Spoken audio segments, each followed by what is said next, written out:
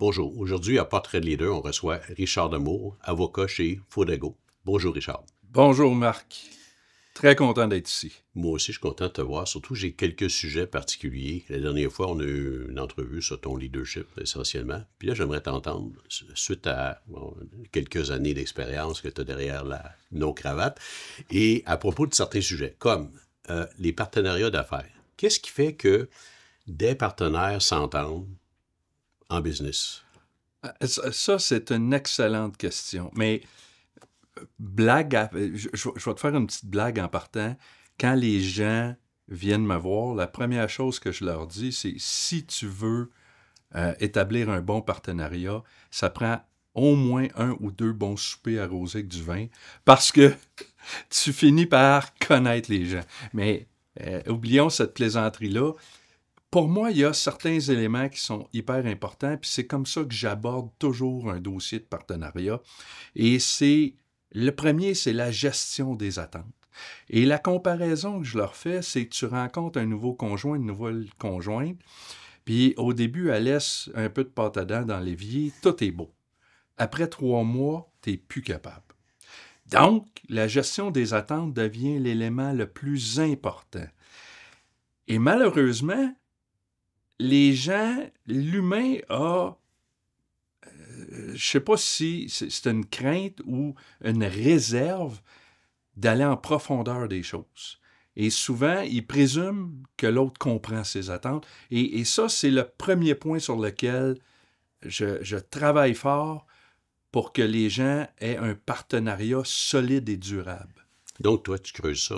Parce que tu parles de gestion des attentes. Donc, tu pousses des questions. Définitivement. Puis tu attends des réponses.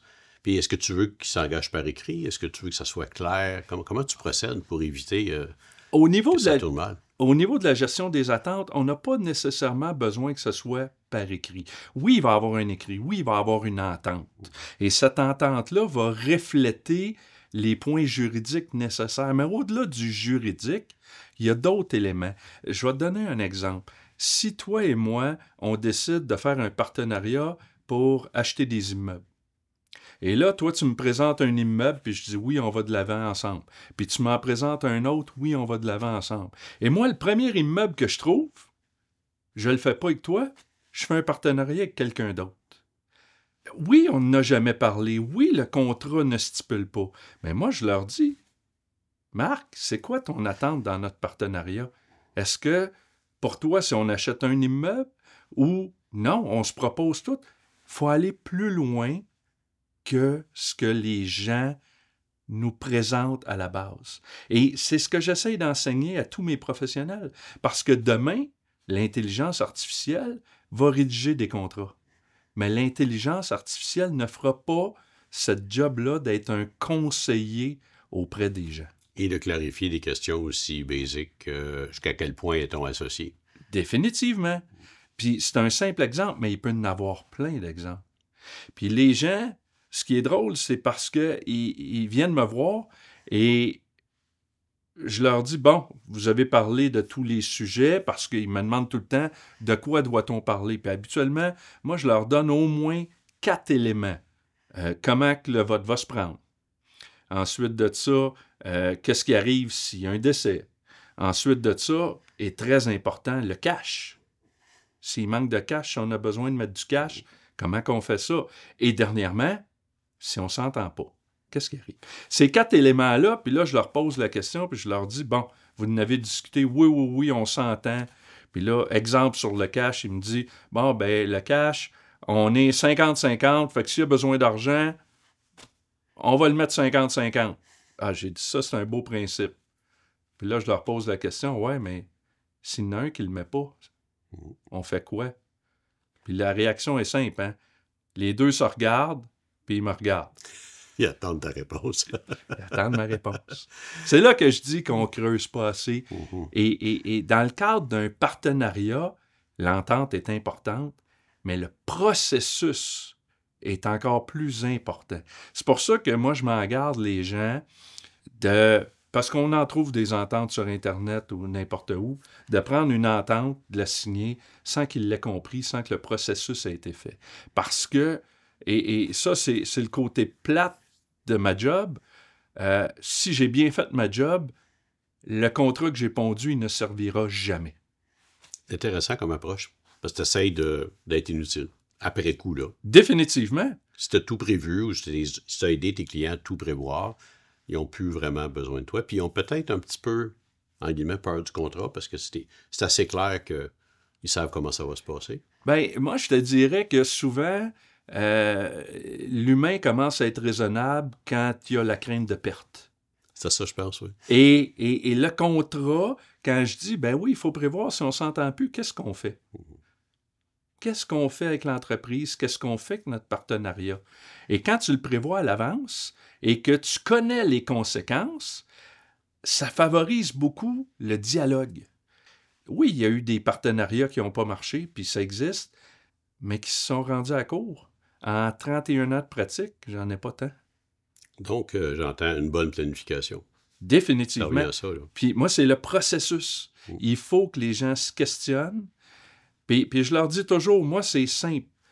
Un dossier de partenariat, on va avoir une première rencontre.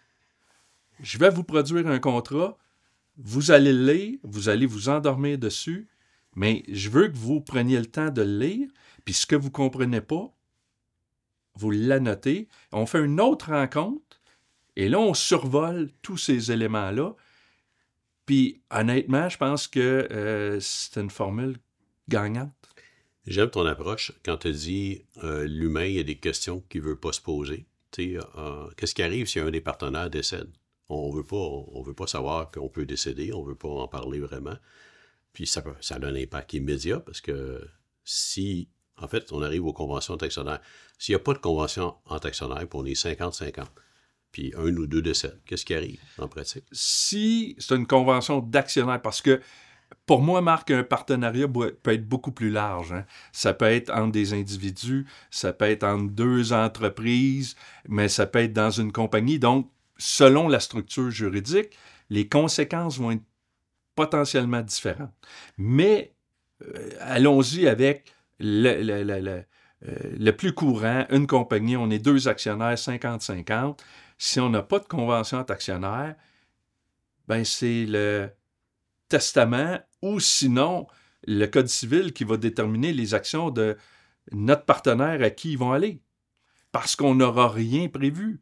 Et là, on peut se retrouver à être associé, partenaire, avec les enfants de notre partenaire, son conjoint, sa conjointe, et on n'a pas nécessairement choisi ça à la base. Et c'est conséquemment une période d'incertitude pour l'entreprise, pour l'actionnaire restant. Définitivement. Des négociations avec des gens qui connaissent pas la business. Et c'est souvent le point qui fait en sorte que les gens s'assoient avec moi pour faire une convention. Parce qu'ils me disent, oui, mais mon partenaire fait 10 ans que je suis avec, puis je leur dis, vous n'aurez pas de problème avec votre partenaire, potentiellement jamais. OK? Mais la journée qui n'est plus là, c'est plus avec lui que tu deals. C'est avec un liquidateur, c'est avec un conjoint, une conjointe, des enfants, c'est plus le même élément. Tu sais, moi, j'ai un de mes partenaires, j'étais associé avec depuis 27 ans. Puis il dit tout le temps, nous autres, on est mariés sans le beau côté du mariage. Hein? Mais on a une convention. Et puis le but, c'était de prévoir qu'est-ce qui arrive en cas de décès. Ça fait un guide, là. Oui. Ça crée... ouais. C'est rassurant pour les partenaires de savoir, ben, on sait à l'avance comment que ça va se passer s'il arrive un décès. Comment que ça va se passer si on ne s'entend plus. Puis là, on peut décliner plein d'éléments. Ah ben oui, avant d'arriver dans des shotguns ou dans des ventes ou dans quoi que ce soit, ben on peut prévoir une médiation, on peut prévoir... Tu sais, il y a des éléments autres que juste la guerre. Là. Quand il y a un conflit entre actionnaires, quelle est la raison principale? Est-ce que c'est suite à un décès? Est-ce que c'est suite à un manque de cash? Mésentente? Qu'est-ce que tu vois dans ta pratique? Tu me dis que tu n'en as pas beaucoup, mais quand il y en a, quelle est la cause profonde? 2 éléments que moi, je vais révéler. Un, une gestion d'attente mal planifié. OK? Et ensuite de ça, le deuxième élément, c'est un manque de transparence dans l'information. Ça, là, le nombre de fois que je me fais dire « Ouais, mais ça, moi, je le savais pas. » Puis, il faut faire attention parce que les gens disent « Je le savais pas. » Puis moi, je dis « OK, mais t'as-tu suivi les choses? » « Ouais, mais moi, l'administration, j'étais pas fort, j'étais plus le gars d'opération ou vice-versa. » C'est correct de faire confiance, mais je dis aujourd'hui, avec tous les éléments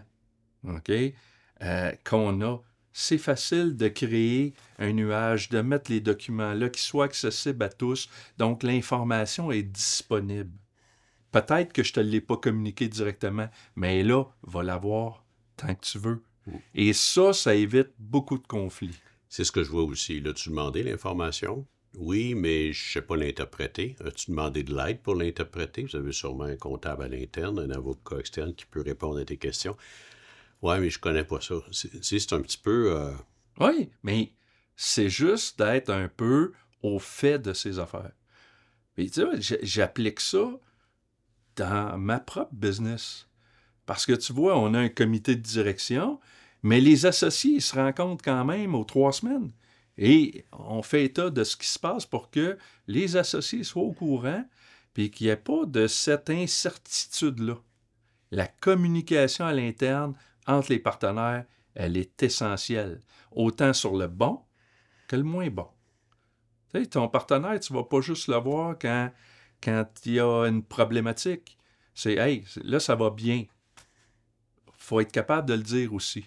Donc, tu fais ça quand ça va bien aussi, une convention d'actionnaire. Définitivement. Définitivement, parce que c'est pour prévoir après. C'est un peu comme un testament, dans le fond. Tu fais la même chose. Tu fais ça quand tu es vivant, mais tu fais ça aussi quand le relationnel est quand même bon autour de toi. Définitivement, parce que je reviens sur ce que je te disais tantôt. Si on est associés ensemble, Marc, on n'aura peut-être jamais de problème tous les deux. Je meurs demain matin, peut-être que mes enfants, tu t'entendras pas avec, parce que c'est pas la même personnalité que moi. Ils pensent pas comme moi. Donc, à qui ça s'en va, faut prévoir le après. Richard, tu fais beaucoup de transactions en fusion-acquisition. Définitivement. Qu'est-ce qui se passe actuellement dans le marché? Là, on est début janvier 2025. Comment ça se passe? Moi, je te dirais que j'ai vu les taux d'intérêt ont baissé, donc le coût de l'argent est moins dispendieux. Et je revois des transactions de plus en plus se faire, et c'est beaucoup de la consolidation. OK? Fut une époque où une personne avait une concession automobile. Aujourd'hui, un entrepreneur n'a plus nécessairement une concession automobile. Il y en a 10, il y en a 15. Donc, on voit beaucoup de consolidation dans le marché, puis dans plusieurs marchés. On a vu, il y a des fonds américains qui sont venus aussi acquérir des entreprises pour augmenter l'EBITDA et leur flipper. Ça, on le voit encore. Donc, moi, je te dirais beaucoup de consolidation. On voit beaucoup de fonds, de plus en plus de fonds qui investissent dans l'équité de PME. Définitivement. Et dans des domaines que jamais on n'aurait pensé avant. On peut penser à des cliniques médicales, on peut penser à du dentaire, on peut penser à des domaines en tout cas, que moi, j'aurais jamais vu des fonds investir là-dedans, et ils le font. Quand tu as parlé de fusion puis d'entreprises qui achètent d'autres entreprises, c'est une stratégie qui est fantastique, compte tenu de la démographie, compte tenu qu'il y a beaucoup de reprenariat, c'est ainsi. C'est-à-dire qu'une PME qui a déjà une structure, qui fonctionne déjà assez bien, peut acquérir d'autres entreprises similaires. Je donnais l'exemple des concessionnaires automobiles. C'est vrai pour une entreprise qui veut croître latéralement ou verticalement. C'est des opportunités incroyables parce que le financement est disponible aussi. Définitivement. Je te dirais qu'au cours de 2024 et la première partie de 2024, les banquiers étaient frileux. Avant septembre, octobre, les dossiers étaient beaucoup plus rares. Mais là, on a vu que l'argent est revenu. Tu as aussi toute la question de de la main-d'œuvre. OK? Parce qu'il y en a qui vont acquérir aussi des entreprises pour de la main-d'œuvre. Et donc, ils vont rationaliser certains éléments, mais ils vont chercher de la main-d'œuvre qui vont leur permettre de croître encore plus. Est-ce que tu vois beaucoup de reprenariat dans ta clientèle? Je vois du reprenariat par l'interne, mais c'est un processus beaucoup plus long. Et le problème, et on l'a vu avec la COVID, OK? La COVID, avant la COVID, beaucoup plus de reprenariat qui était mis en branle, parce que c'est un processus de quelques années. La COVID a fait que certains boomers ont dit non, moi je sors. Je sors. Ouais. Et là, le reprenariat n'était pas planifié. Hein? Planifié. Donc là, on a vu des ventes arriver. Mais oui, là, on voit encore là, le reprenariat recommencer. Puis moi, j'en ai des clients qui ont eu des offres externes. Puis au lieu d'aller à l'externe, on a bâti du reprenariat à l'interne. Mais c'est tout un défi, puis il faut se faire accompagner avec des gens qui sont capables d'identifier les bonnes personnes à l'interne, parce que souvent, on va se retrouver, l'entrepreneur, il a commencé ça tout seul, il est le seul actionnaire, mais il n'y a pas une personne qui va être capable de l'acheter. Fait que ça va être on parlait de partenariat tantôt, bien, il faut déterminer qui est en mesure de reprendre. Puis ça, ben, il y a des spécialistes qui sont là. Et deux, après, c'est qu'on a une transaction à faire et un partenariat. C'est une double transaction. Oui, parce qu'il y a un overlap à un moment donné, puis après ça, OK, le vendeur est finalement payé, puis il peut rester un petit peu, mais tu sais, il y a quand même... puis il doit avoir un cheminement aussi à faire de la part de l'actionnaire principal qui vend. Comment lui se départit de ce qu'il a construit souvent sur des décennies, graduellement, en passant ça à quelqu'un, en espérant que la personne fasse bien le travail. C'est quand même un défi au niveau psychologique, là. Énormément. Et je vais utiliser le terme de perdre le contrôle. Ouais. Ça aussi, il faut travailler là-dessus. Parce que ça, je l'ai vu et j'ai souvent entendu, c'est pas de même, moi je l'aurais fait. OK? Puis il faut amener les gens, oui, je comprends, mais dans tout reprenariat, les nouveaux feront jamais la même chose que ce qu'on a fait. C'est possible.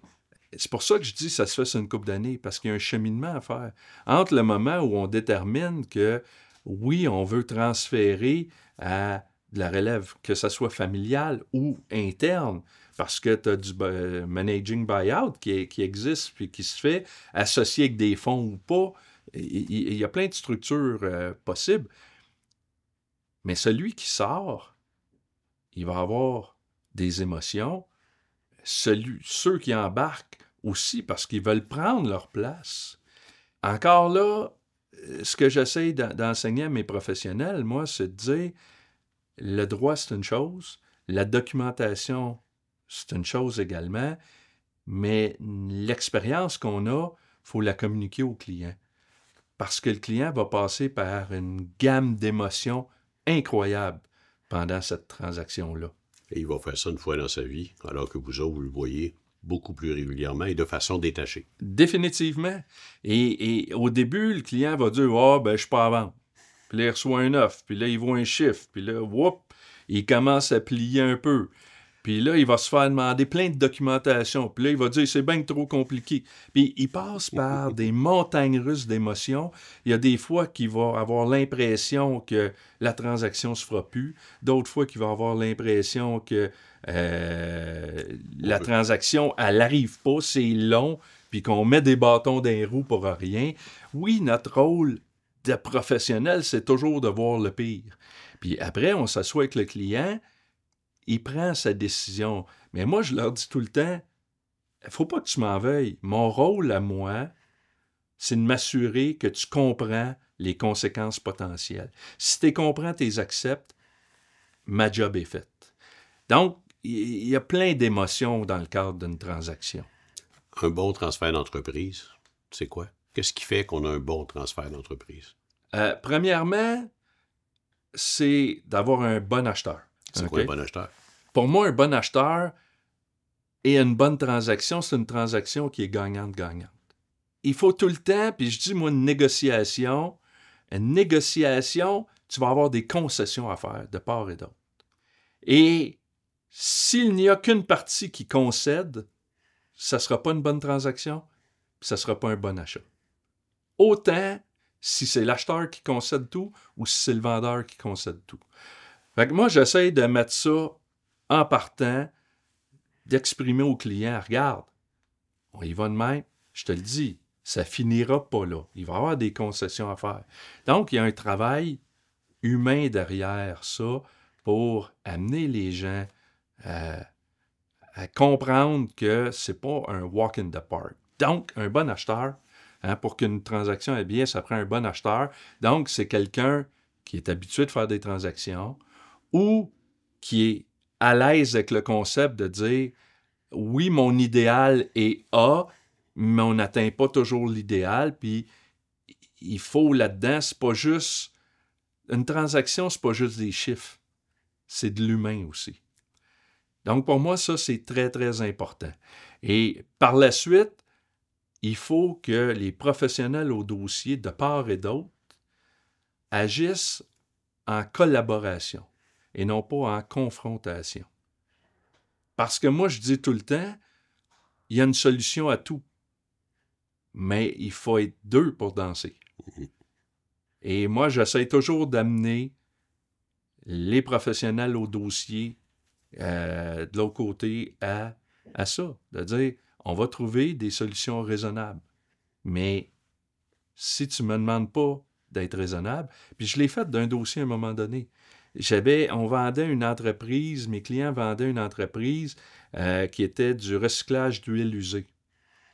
Et il y avait un édifice là-dedans. Le contrat de vente, il devait avoir 15 pages sur l'environnement, puis je pense que j'étais en train de garantir que la ville de Montréal au complet n'était pas contaminée. Donc, je suis assis en face, puis ça, moi, j'aime ça, faire ça en présentiel. Comme on est là, Marc, tu regardes la personne, puis j'ai demandé à l'avocat là, au bar s'il voulait aller relire sa clause environnementale. Puis il m'a dit, j'ai pas besoin de la relire, je la connais. Donc, j'ai dit, si tu la connais, puis que tu es assis à ma place, es-tu capable de me dire que tu recommanderas à tes clients de la signer? Il y a juste eu un bout de lèvre qui est remonté. Un début de sourire. Un début de sourire, et il n'a pas répondu. Puis ma phrase après, ça a été, maintenant, est-ce que tu es disposé à ce qu'on travaille à une clause acceptable pour tous? Et la collaboration s'est faite, on l'a faite. La collaboration. T'sais? Donc, un bon acheteur, un vendeur qui veut vendre, parce que des fois, il y en a qui ils veulent juste tester le marché. Hein? Ça m'est arrivé. Oui. Puis là, ils rentrent dans un processus, mais finalement, ils trouvent toujours une raison pour ne pas vendre. Ça, ils ne sont pas prêts. Et de la collaboration. Ça, pour moi, c'est essentiel. Tu as vu des transactions comme moi, puis certaines qu'on connaît tous les deux. À quel moment le vendeur et l'acheteur, mais disons le vendeur en premier, se rend compte qu'il a fait une bonne ou une mauvaise transaction? Tu me suis, c'est que tu peux être content, puis après ça, tu fais « Hey, ouais, celui qui a pris ça, il va faire de quoi de beau avec ça. Le prix était correct, je suis content, je suis à l'aise d'avoir vendu. » Ça peut être pour une maison, c'est la même chose. Hein, oui. Combien de temps ça prend, selon toi? Ah, il y en a que ça va être très, très rapide. OK? Et c'est beaucoup sur... Puis encore là, ça va être de l'humain. Parce que un prix, c'est toujours relatif. J'ai des immeubles, j'ai acheté des immeubles, puis quand un vendeur il me dit quel prix tu vas m'offrir, mais j'ai dit, je vais vous donner le prix que ça vaut. OK? Mais c'est au-delà de ça. C'est le traitement, c'est le respect, c'est comment que le dossier est allé, qu'est-ce que les acheteurs font. Tu sais, parce qu'un entrepreneur, qu'est-ce qu'il veut? il veut transmettre ça puis devoir aller plus loin, Exact. aller plus grand. Fait que des clients, des fois, ça prend un petit bout de temps, ça n'en prend plus long. Puis la majeure partie des transactions, les vendeurs sont contents. Mais des fois, ça se passe moins bien. Ce que je vois régulièrement, effectivement, c'est pas au niveau du prix, parce que ça s'évalue, ça se compare. D'habitude, ça va. C'est plutôt mon acheteur ou le nouveau gestionnaire, celui qui m'a remplacé, fait une bonne job ou fait pas comme moi j'aurais fait. Puis là, l'entrepreneur doit faire son deuil un peu. Il vient de vendre 100%. Là. Il ne prend plus la majorité des décisions. Il essaie d'influencer, ça marche ou ça marche pas. Mais dans les deux cas, il n'y a plus la décision finale. Il n'est plus le boss. Combien de temps ça prend avant que le deuil, la compréhension se fasse ou OK, c'est plus moi, c'est correct, que j'avais anticipé ça. Selon toi, là, dans ce que tu vois. Moi, je te dirais que ça dépend des individus. OK? Parce que j'en ai vu, moi, que le deuil était très, très rapide. Parce que... Puis habituellement, j'ai une indication, OK, quand on parle de la période de transition. Parce que souvent, on veut une période de transition où on veut que le vendeur demeure, collabore, etc. Et là, la réaction de mon vendeur sur « moi, après un mois, je suis out » ou « non, moi, je vais rester là ». Ça, c'est la première indication. Puis quand un vendeur me dit qu'il veut rester là très longtemps, quand c'est l'acheteur qui le demande, c'est autre chose. Mais là, je le sais que je suis obligé de dire, vous savez, ça se passera plus comme c'était avant. OK?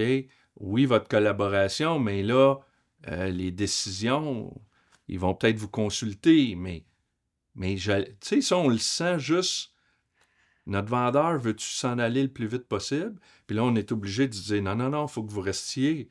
Ça prend une transition. C'est là que ça se passe. Oui. Ou, non, moi, je vends, mais il n'y a rien qui change, là. Je garde le titre de président.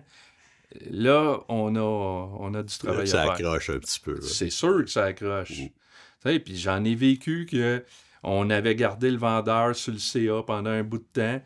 Et à la fin, on était obligé de faire 2 CA. Il y avait un faux CA, puis un vrai CA où il était présent. Et parce que... Fallait préparer le vrai CA. Oui, puis il était contre à peu près tout. Tu sais, fait que tu t'en vois de tous les genres. Mais est-ce que je suis capable de te donner, parce que ta question, c'était une période de temps? Ça dépend de chaque individu. Effectivement, moi, ce que j'ai vu, ça peut ressembler à un an. Quand ça accroche, il faut mettre ça dans le contexte où la personne accepte de vendre, mais accepte pas de quitter dans sa tête. Puis c'est un deuil important. Puis écoute, il vit le martyr, il ou elle, là, parce qu'il voit des choses se faire d'une façon différente des siennes. Il voit ses décisions du passé se faire défaire sous ses yeux. Puis il assiste à ça, puis dans son contrat, c'est écrit 2 ans. Puis là, s'il quitte, il perd des fois de la belle argent, des fois pas grand-chose, mais des fois de la belle argent. Et là, ça peut être tough. Fait que j'aime ta réponse sur, quand on discute la transition, c'est là qu'on le sent, c'est là que ça se passe, c'est là que ça peut accrocher. En général, c'est aussi mon expérience, les contrats sur ça te dit une fusion, une acquisition, c'est pas juste des chiffres. Ceux qui ont essayé ça, ils sont plantés, là. C'est ceux qui n'ont pas regardé l'aspect humain, évalué l'aspect humain, puis réglé d'avance des écueils, ça a été très, très mal, et là, ça coûte extrêmement cher. Mais les autres, qui ont parlé des vraies choses comme ça, avant, qui en ont fait une condition claire, ça a bien été. Il m'est arrivé, moi, de dire au client, regarde, là, on est là, je te le dis, ça va finir à tel endroit. Parce qu'on est capable de le prédire. Mais sur l'aspect humain, tu peux pas le prédire comme ça. Faut que tu travailles sur faut cheminer. Les éléments. Faire cheminer des personnes, dans le fond. Oui. Puis, tu sais, il faut comprendre que l'acheteur veut prendre sa place. Oui, il respecte le vendeur, il laisse une place, mais il doit s'imposer, l'acheteur. Hey, quand j'achète un immeuble, la première chose que je fais, s'il y a des gens qui ne respectent pas les règlements, je m'assure de faire un exemple. Puis là, tout le monde comprend que dorénavant, ça va marcher comme ça. T'es avocat aussi, ça Je suis avocat doit aussi. aider. Mais tu comprends? Mais dans une business, c'est la même chose. Si les acheteurs prennent pas la place qu'ils ont besoin, s'ils vont pas chercher l'information pour leur permettre, durant la période de transition, de faire le lien avec la clientèle, sur les fonctionnements, sur tous ces éléments-là, la transaction, elle va être difficile. Le transfert de pouvoir va être difficile. Des fois, ça n'arrive jamais. J'ai vu des cas où ça ne s'est jamais fait. Définitivement. Ça a tombé, tout simplement. Oui. C'est dramatique. Oui. Un entrepreneur, un jour, il vend son entreprise ou il décède, mais au décès, il vend. Okay? Quelles sont les stratégies possibles pour limiter les impôts? Parce que c'est ce qu'on veut, c'est avoir travaillé beaucoup, mais gagner le plus possible à la fin, net d'impôts. Comment on fait ça? Les autorités fiscales, c'est notre partenaire passif le plus important. OK? Disons ça en partant. Et l'autre chose, c'est qu'on va finir par payer des impôts. Donc, oui, il y a des moyens de structurer et de profiter de certains allégements. On va parler de cette façon-là. Mais la première mise en garde que je donnerais, moi, c'est la suivante. Les lois fiscales sont évolutives dans le temps. Et cette année, on a eu un super bel exemple. Hein? Durant le budget, ils nous ont annoncé augmentation du taux d'inclusion du gain en capital. On a travaillé fort pour faire plein de transactions. Le projet de loi a été sorti de l'énoncé budgétaire. Et là, on se ramasse que le projet de loi sur l'augmentation du gain en capital n'a jamais été ratifié. Et on a un gouvernement qui va tomber, s'en va en élection. Et là, les conservateurs ont annoncé que pour eux, ils ne reprendront pas cette augmentation-là. Ça, c'est un exemple dans un an.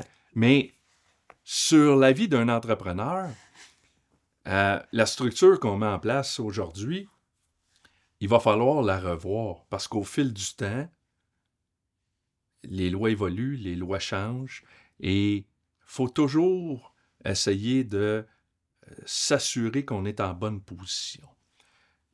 Là, j'ai fait une grande parenthèse pour te dire que oui, il y a des mécanismes. Est-ce qu'on empêche de payer de l'impôt? Aucunement.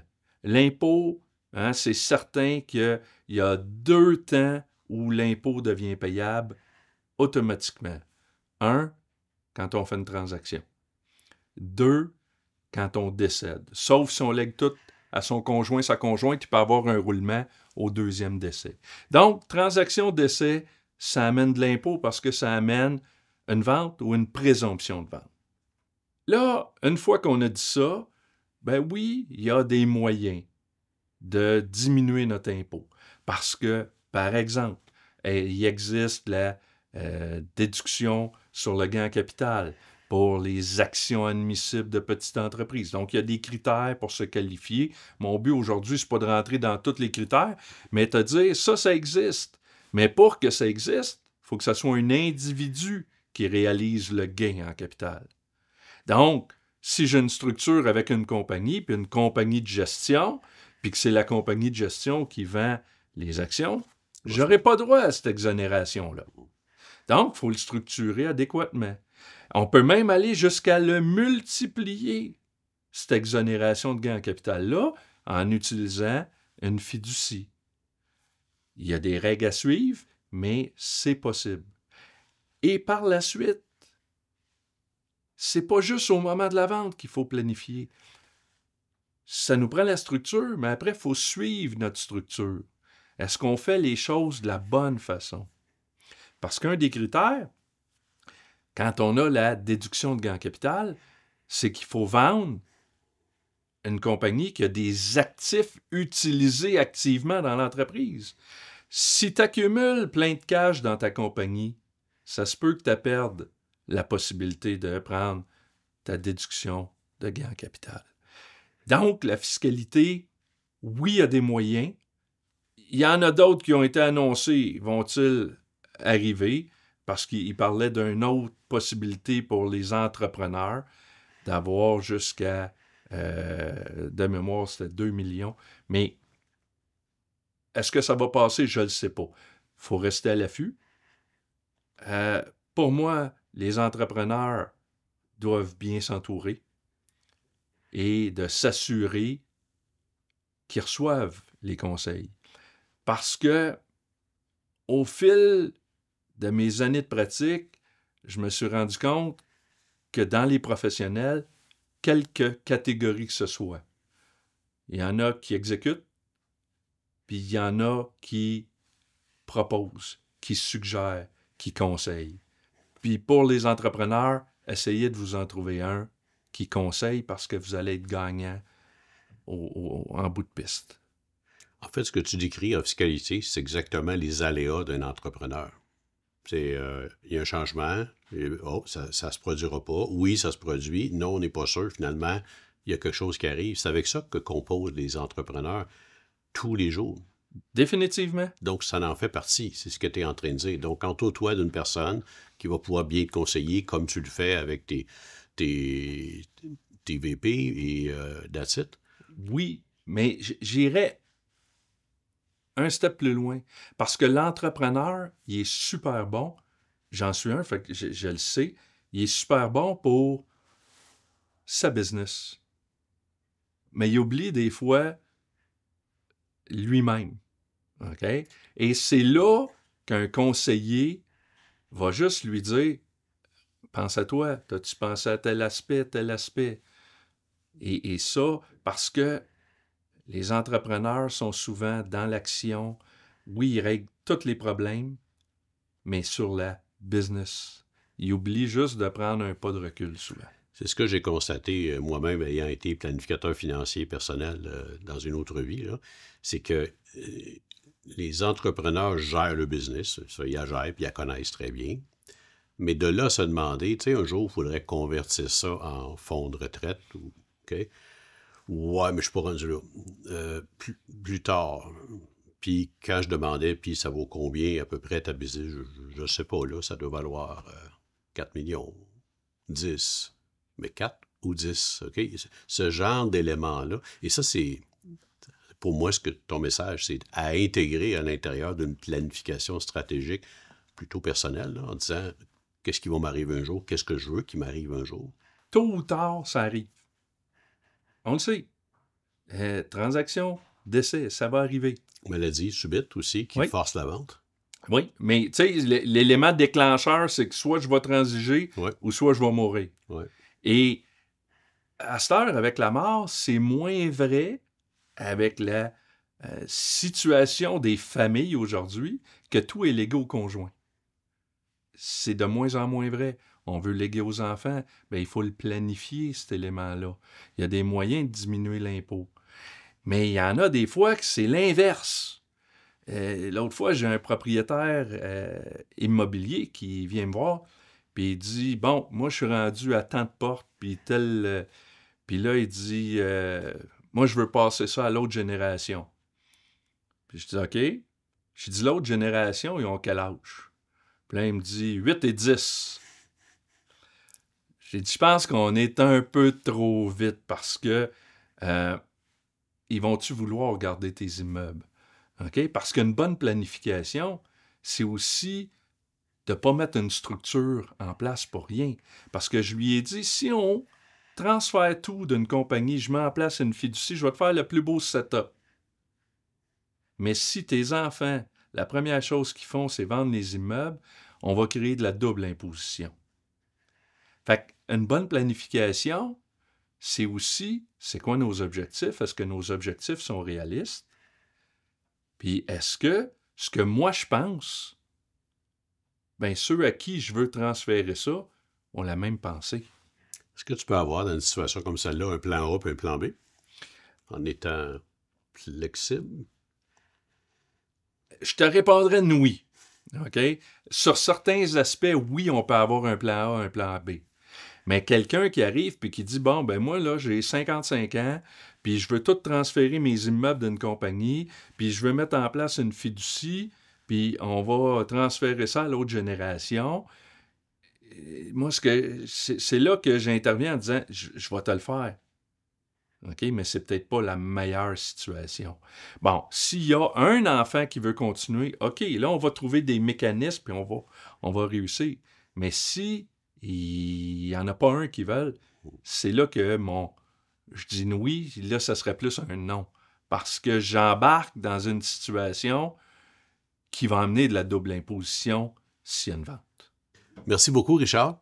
Marc, toujours un plaisir. Tu as cette façon-là de nous laisser nous exprimer. J'ai l'impression que je n'ai que parlé. Merci beaucoup. Ça a été très éclairant, surtout l'aspect humain de la chose qui m'a vraiment fasciné. Merci. Merci à toi. Merci.